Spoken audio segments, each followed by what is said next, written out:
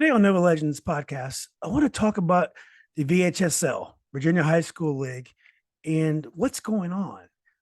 Why is our organization that runs Virginia sports, why is the product and the structure that we have kind of disjointed and sometimes nonsensical?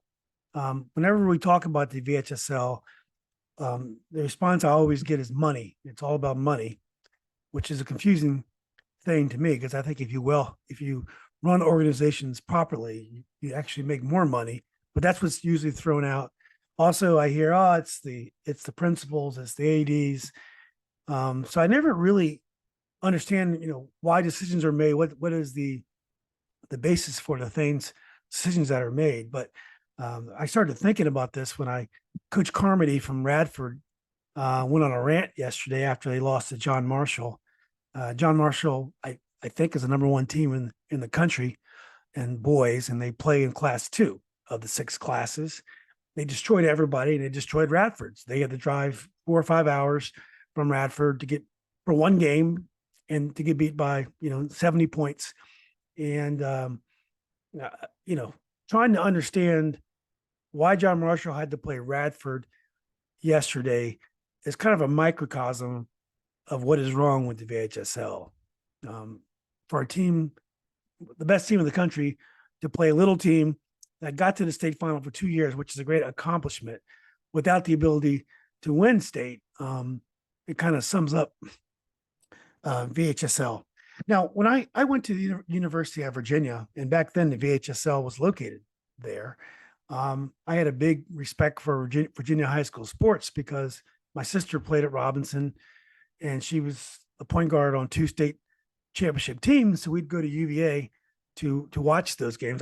She would actually play, but I fell in love with the tournament and high school sports. I remember when I get the program, when I first got down there, and I would just stare at it for like an hour. And then I remember Larry Johnson, he ran the VHSL, and he was such a leader, and he had such great judgment, such respect from everyone. And I just felt like this organization, it just seemed like we were in such good hands. And over time, decisions began to be made where things unraveled, at least with respect for basketball. I remember it first started in the 90s when, the structure of the state tournament was something that was always solid. You'd have double headers for the Final Four. Usually at the time, there was no single and double A girls because they played in the fall, but we'd have the triple A girls would play on Wednesday night, actually on Thursday afternoon, the double headers. And then the single A boys would play Thursday night, 2 games, double headers. Double A boys would play Friday afternoon. Triple A boys would play Friday night. And then it was state championship Saturday where they'd have the games 4 in a row. And usually the AAA girls would go before the AAA boys as the last doubleheader. It all made sense. Doubleheaders are great because let's say you're on a girls team somewhere and you're in the Final Four, well, you'd like to see the other teams in your bracket play. So you're grouped together so it makes sense. And if you're not a fan of the boys tournament, you don't have to go watch it. Well, some reason someone thought it was a good idea to go girl, boy, every other game.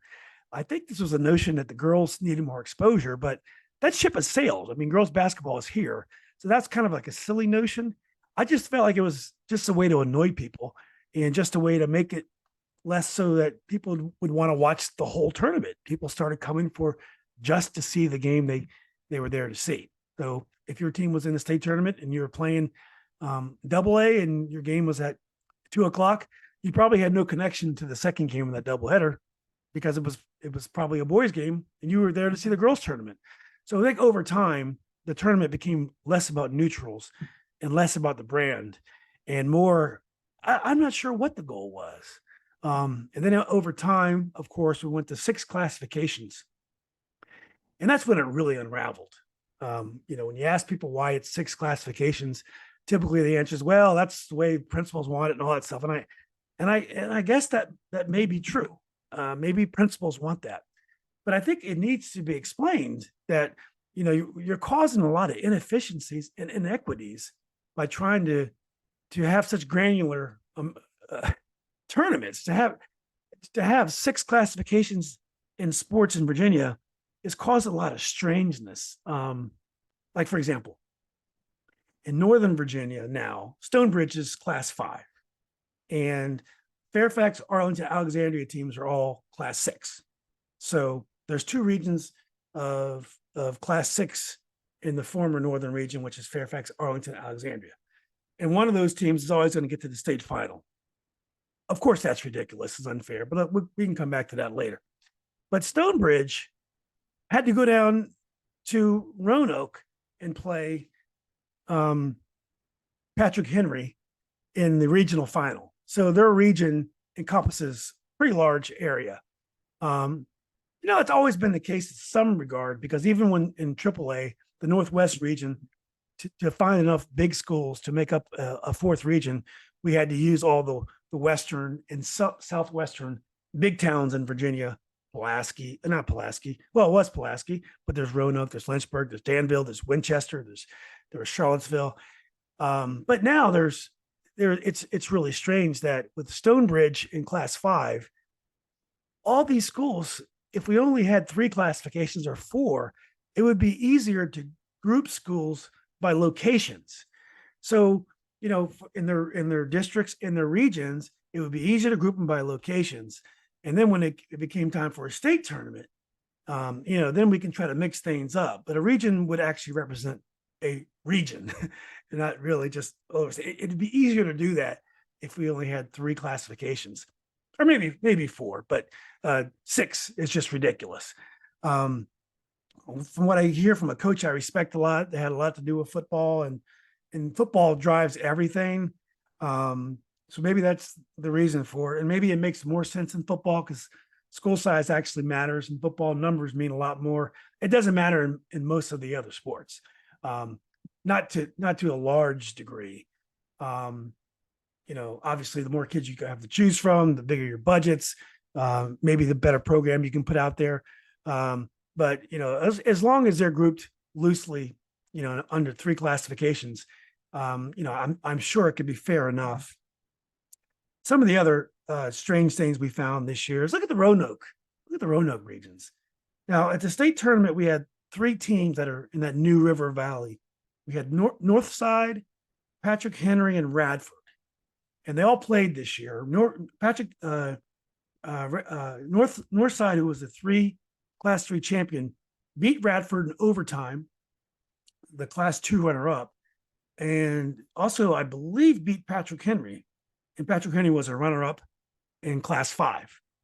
Obviously, they're very similar in talent levels there. So do we have to really ask ourselves, is there really a basis to have these teams that are so locally based in 3 different classifications? It doesn't really make a lot of sense. I talked about the Manchester team that played against Madison in the final on Friday. And people from Richmond tell me that there's so many other teams in Richmond that are just as talented as Manchester. I have to kind of see that to believe it. But the moral of the story is they're class 6, but there were a lot of class 5 teams that were very, very good. I guess at the end of the day, Madison won their 4th state championship. Hayfield won their 2nd state championship, which was awesome. But it would have been nice to see Madison play Princess Anne in a final. It would have been great to see Hayfield boys play John Marshall or whoever. Play Woodside, a rematch with Woodside, who was a 5 champion. If it's about money, I would think those games would draw big crowds. Jeff Jones, the coach of Old Dominion, former point guard with Ralph Sampson at UVA, when I interviewed him, he just talked about what a mess Virginia high school sports are. It's all watered down. He'd even put the private schools in with the public schools. But let's just keep that issue aside. In Kentucky, where he's from, there's 16 regions. And Every year, one team represents one region, and that's their Sweet 16, and they have one champion. Um, you have to buy state tournament tickets way in advance because those games are sold out. Well, they've protected their brand. Now, look, every principal can't be state champ, regional champ, district champ in Kentucky, and that is a shame. I know everyone wants to be champ, but their college basketball, their high school basketball postseason stands out because they've protected their brand. Now, I don't think we have to go that far. I think we could just have 3 classifications, and that would be enough. But 6 classifications, at some point, it's ridiculous. Now, we talked about some of the other issues with the high school league, and I'm sure there are more. Like, for example, the fact that they put teams from the same regions in the same side of brackets at the state tournament. So you end up having to play teams over and over again, which is caused by small regions because too many classifications. But the way they do the brackets, we have to change that. Now we have to mix the brackets up. That's easy.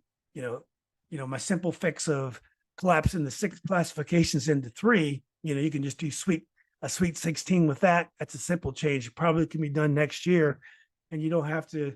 And then you can put teams that have played together in the separate part of the brackets. Maybe that would help. I think one thing we really have to do is we have to allow teams to petition up. We don't need John Marshall in Class 2. At a certain point, maybe we automatically move teams up after they win a certain amount, but at least allow them the option to move up. Again, it would have been nice to see Hayfield play John Marshall. I think one of the things I've heard back is again about the officiating in the Class 6 final. I hope that's taken further. We need to find out, why did we send referees to the final that probably weren't as good as some of the ones that weren't chosen? You put those referees in a bad situation. I don't know, there's politics on a board or whatever, but the people who've worked the best and have the experience are the ones that should do those games. So, I think that's an important thing that I hope the high school league gets involved in and follows up in. Teams traveled, supporters travel. We all traveled far to watch the game. So I think we should try to get put our best foot forward and try to, have the best tournament that we can. I think probably the best thing we can do is to go to the old state programs. I knew they used to keep them in the Virginia High School League. I used to go by and look at them when I was at UVA many, many years ago. And just open up the old state program and look what we used to be and just do everything we can do to bring that old tournament back. Whatever Larry Johnson and the VHSL were doing back in 1980, 84, let's just go back to that. Let's just try to do what we can do to go back to that format. Obviously, we're going to have more schools, and that's just going to make more matchups. But those things can be worked through. We can just scale the 1980 tournament in today's number of teams. I think you have a more efficient tournament. It'll be a more exciting tournament. We'll be able to see matchups that we're not able to see, and we're wasting time. Every year we don't have a real state tournament. We are losing the chance to see some of the great matchups that we can see in some of our best players competing at the highest level. Thanks for listening.